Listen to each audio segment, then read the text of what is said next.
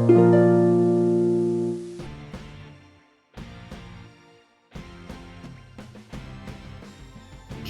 personil anggota kepolisian Republik Indonesia yang belum mencapai standar untuk pengamanan seluas dan sebanyak jumlah penduduk Negara Kesatuan Republik Indonesia.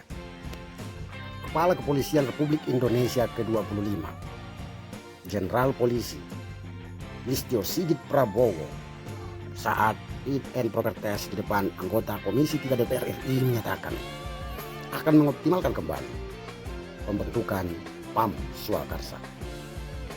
Berbagai narasi dan opini bermunculan. Trauma PAM Swakarsa jenis masa Orde Baru dikhawatirkan mengulang kembali kisah kelam yang terjadi kala itu. Apa dan bagaimana pembentukan dan pengawasan daripada PAM Swakarsa atau pengamanan secara swakarsa yang akan digagas dan dioptimalkan kembali oleh Jenderal Polisi Listio Sigit Prabowo ini? Kami tidak ingin membangun narasi yang membuat semakin rumitnya pikiran publik.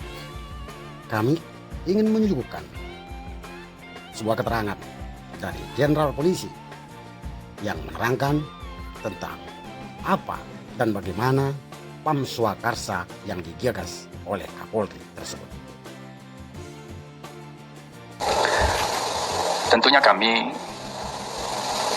mendengarkan dan juga menghargai pendapat-pendapat di publik tentang PAM Swakarsa yang akan diusung dan dikembangkan oleh Komjen Listio Sigit Prabowo.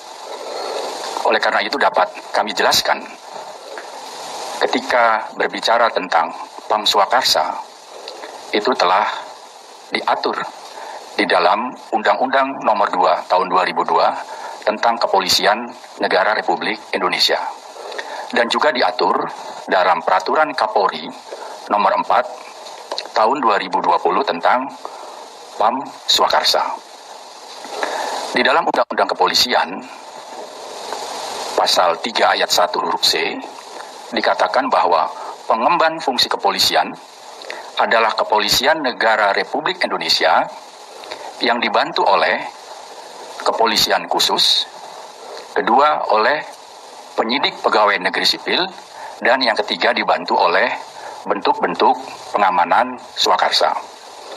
Yang dimaksud dengan pengamanan swakarsa di sini adalah bentuk pengamanan yang dilakukan oleh pengemban fungsi kepolisian yang dibentuk atas dasar kemauan, kesadaran, dan kepentingan masyarakat sendiri. Dan tentunya semua mendapat pengukuhan dari Kepolisian Negara Republik Indonesia.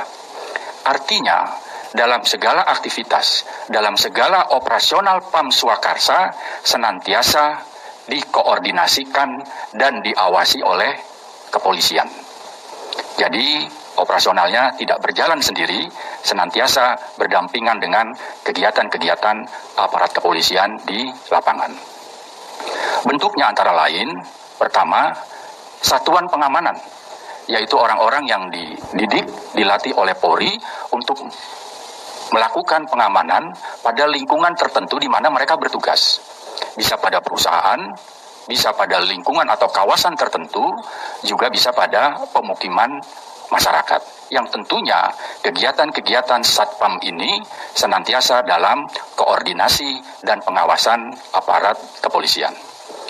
Bentuk yang kedua yaitu satuan keamanan lingkungan, yaitu satuan keamanan yang dibentuk oleh masyarakat sendiri atas dasar kemauan dan kepentingan masyarakat itu sendiri.